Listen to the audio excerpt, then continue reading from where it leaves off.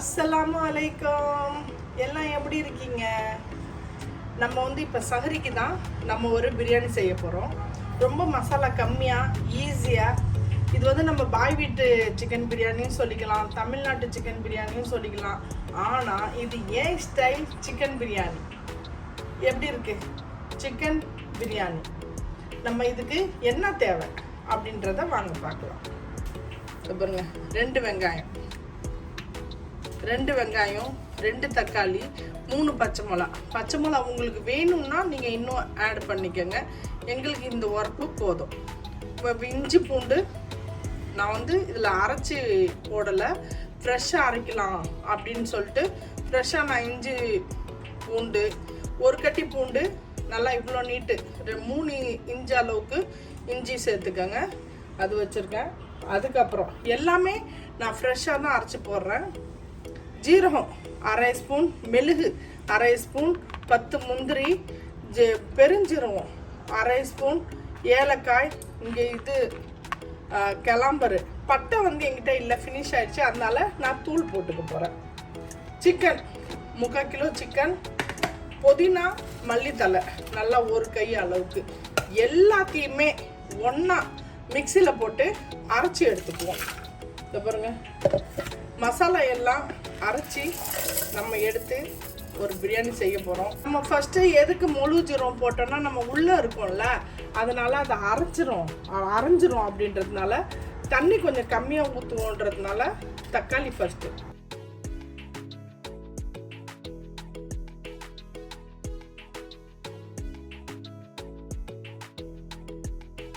உரப்பு எவ்வளோ தேவையோ நீங்கள் அதை போட்டுக்கலாம். மிளகா, இஞ்சி பூண்டு நான் வந்து 3/4 கிலோவுக்கு rice, 3/4 kilo rice, 3/4 kilo chicken, அதுக்குள்ள மெஷர்மெண்ட் தான் இது. இதை அரைச்சிட்டு அப்புறமா இதை நம்ம புதினா மல்லி தலையும் இதில் அப்புறமா வச்சு அரைச்சிக்கலாம். சட்டி சூடாயிடுச்சு. 1 ஸ்பூன் நெய் போட்டுக்கலாம். இந்த பாருங்க, 1 ஸ்பூன் நெய் போட்டுப்போம் நம்ம. அதுக்கப்புறம் ஒரு 2 ஸ்பூன் எண்ணெய் போட்டுக்கலாம். வெங்காயம், தக்காளி, இஞ்சி பூண்டு, மிளகு, ஜீரகம், மல்லித்தலை, புதினா தலை எல்லாத்தையும் போட்டு அரைச்சாச்சு. இந்த பேஸ்ட்டை அப்படியே நம்ம இதில் போட்டுக்கலாம்.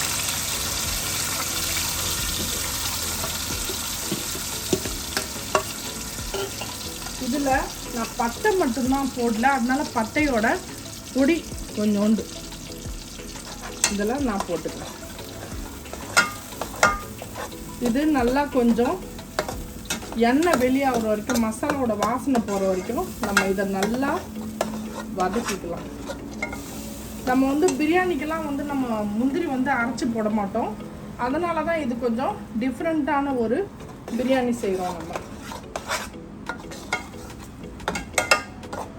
இதை நல்லா இது வேகட்டும். நம்ம இதுக்கு சோத்துக்கு சிக்கன் எல்லாத்துக்கும் சேர்ந்த மாதிரி இதில் நம்ம சால்ட்டு போட்டுக்கலாம். இது வந்து கொஞ்சம் டேஸ்ட் வந்து கொஞ்சம் கம்மியாக இருக்கும், அதனால தான் நான் கொஞ்சம் உப்பு ஜாஸ்தியாக போடுறேன். ஆனால் எங்களுக்கு அது நாங்கள் எப்பயும் 1/2 உப்பு தான் சாப்பிடுவோம், அது எங்களுக்கு சரியாக வந்துடும்.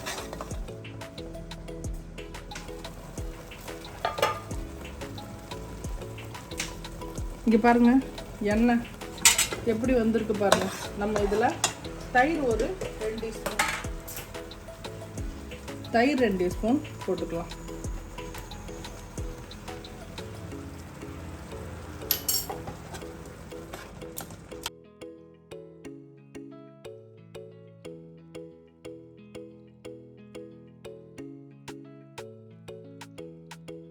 இதில் என்ன இன்னொரு மெத்தடு அப்படின்னா, இப்போ நம்ம சஹருக்காண்டி தான் நம்ம இந்த பிரியாணி செய்கிறோம்.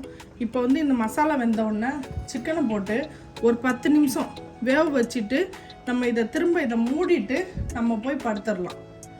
3 மணிக்கா எழுந்திரிச்சு தண்ணியை கொதிக்க வச்சு ரைஸை போட்டுட்டு தம் போட்டுடலாம். 3:30க்குள்ளே நமக்கு பிரியாணி ரெடி ஆகிடும். சுட சுட கம்மண்டு நம்ம வந்து சஹருக்கு செம்மையாக சாப்பிட்லாம் பிரியாணி. அதுக்காண்டி தான் இப்போ நான் மசாலா செஞ்சுட்டு நான் போய் படுத்துருவேன். 3 மணிக்கு தான் எழுந்திரிச்சு தஹஜ்ஜுத் தொழுவும் போது நம்ம பிரியாணியில் தண்ணி போட்டு ரைஸ் போட்டோம்னு வச்சுங்களேன், நம்ம தாஜா தோல்ந்துட்டு வர்றதுக்குள்ளே பிரியாணி ரெடி ஆகிடும். இப்போ எண்ணெய் ஃபுல்லாக எப்படி வந்திருக்கு பாருங்கள். இப்போ நம்ம சிக்கனை போட்டுடலாம்.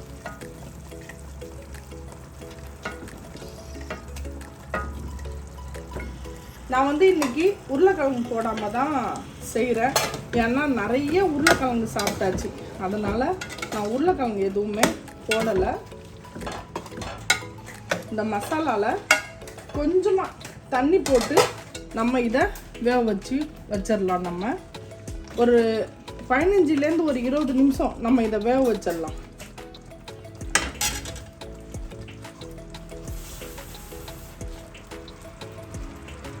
தண்ணி 1 கிளாஸ் ஊற்றிக்குவோம்.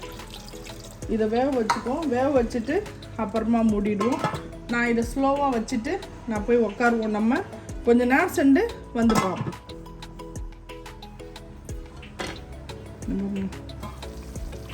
நான் இது உங்களுக்கு காமிக்கல, கொஞ்சோண்டு பச்சை பட்டாணி கொஞ்சமாக போட்டிருக்கேன், நல்லாயிருக்கும். அதில் நம்ம வந்து கொண்டைக்கடலை அது மாதிரி கூட இதில் நம்ம கொஞ்சம் ஆட் பண்ணிக்கலாம். இங்கே பாருங்கள் எப்படி இருக்குது பாருங்கள், செம்மையாக இருக்குது பாருங்கள். கலர் மாறிடுச்சு, க்ரீன் கலர் வந்து மாறிடுச்சு. சிக்கன் முக்கால்வாசி சிக்கன் வந்து வெந்துருச்சு, எண்ணெய் நல்லா விட்டுருக்கு. இப்போ இதை இப்படியே நம்ம மூடி வச்சுருவோம். இப்போ சீக்கிரமாக நம்ம இதை செய்யலாம் அப்படின்றதுனால தான் உங்களுக்கு இது போடுறேன். நமக்கு வந்து இது நல்லாயிருக்கும், டேஸ்ட்டு செம்மையாக இருக்கும். நோம்பில் வந்து இந்த மாதிரி செஞ்சு சாப்பிடும்போது ரொம்பவே நல்லா, எந்த டைம் வேணாலும் செய்யலாம். நான் வந்து பச்சை பட்டாணி போட்டிருக்கேன். நீங்கள் வந்து கொண்டைக்கடலை, கடலை, மல்லாட்டை பயிறு அது மாதிரி எல்லாமே போடலாம். இதோடு நான் மூடி வச்சுட்டு கேஸை ஆஃப் பண்ணிடுறேன். நம்ம 1:30 மணிக்கு மூடி வச்சுட்டு போனோம். இந்த பாருங்க எல்லாம் அமுங்கிடுச்சு. நம்ம இப்போ அடுப்பை கேஸ் ஆன் பண்ணிக்குவோம். சட்டியை சூடு தண்ணி இப்போ இதில் எவ்வளோ தேவையோ, இப்போ நம்ம வந்து 3/4 கிலோ நம்ம ரைஸ் போட்டிருக்கோம். 3/4 கிலோவுக்கு நம்ம அந்த கிளாஸால் 2 பங்கு ஊற்றணும். அப்போ எனக்கு அளவு தெரியும், நான் ஊற்றிக்கிறேன். நீங்கள் வந்து அளவு தெரியலன்னா நீங்கள் எந்த கிளாஸால் 3 கிளாஸ் போட்டிங்களோ அதால் 6 கிளாஸ் தண்ணி நீங்களாம் ஊற்றிடுங்க. ஊற்றிக்கலாம்.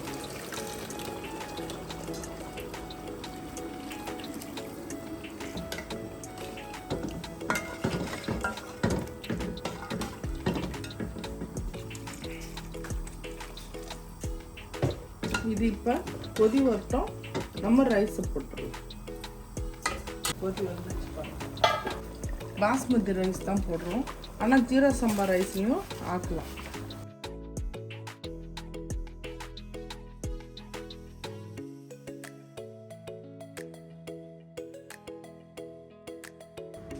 ஸ்லோவாக கேஸ் வச்சுருக்கோம். ஒரு வாட்டி ஒரு கிண்டி விட்டு பார்ப்போம். இந்த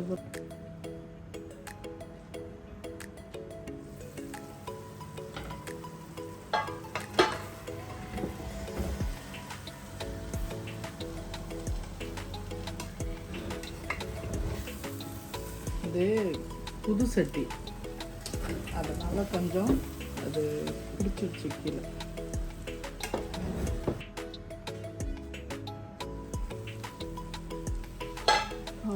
செம்மையாக வாசனை தூக்குது.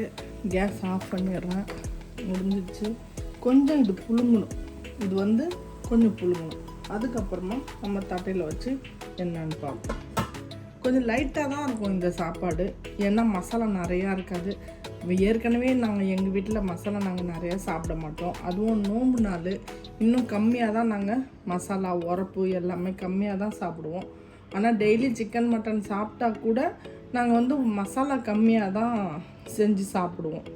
அதனால் இது எங்கள் வீட்டு கிச்சனுக்கு நான் வந்து அளவு கரெக்டாக போட்டிருக்கேன். உங்களுக்கு வேணும் அப்படின்னா கூட கம்மி உரப்போ இல்லை இஞ்சி பூண்டு பேஸ்ட்டோ அது மாதிரி நீங்கள் கூட குறைச்சா போட்டுக்கலாம்.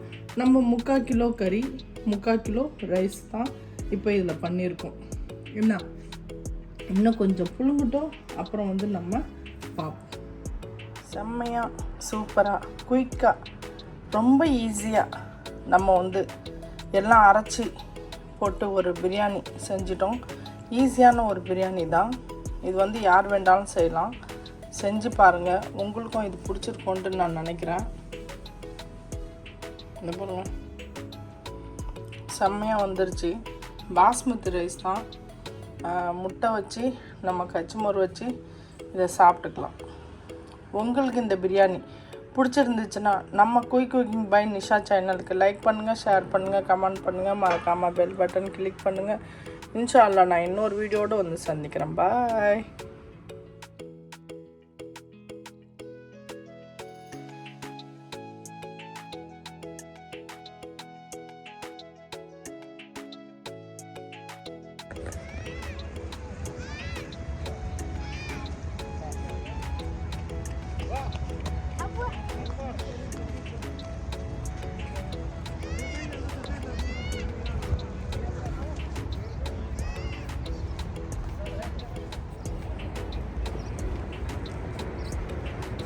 Tulayin baba, tulayin.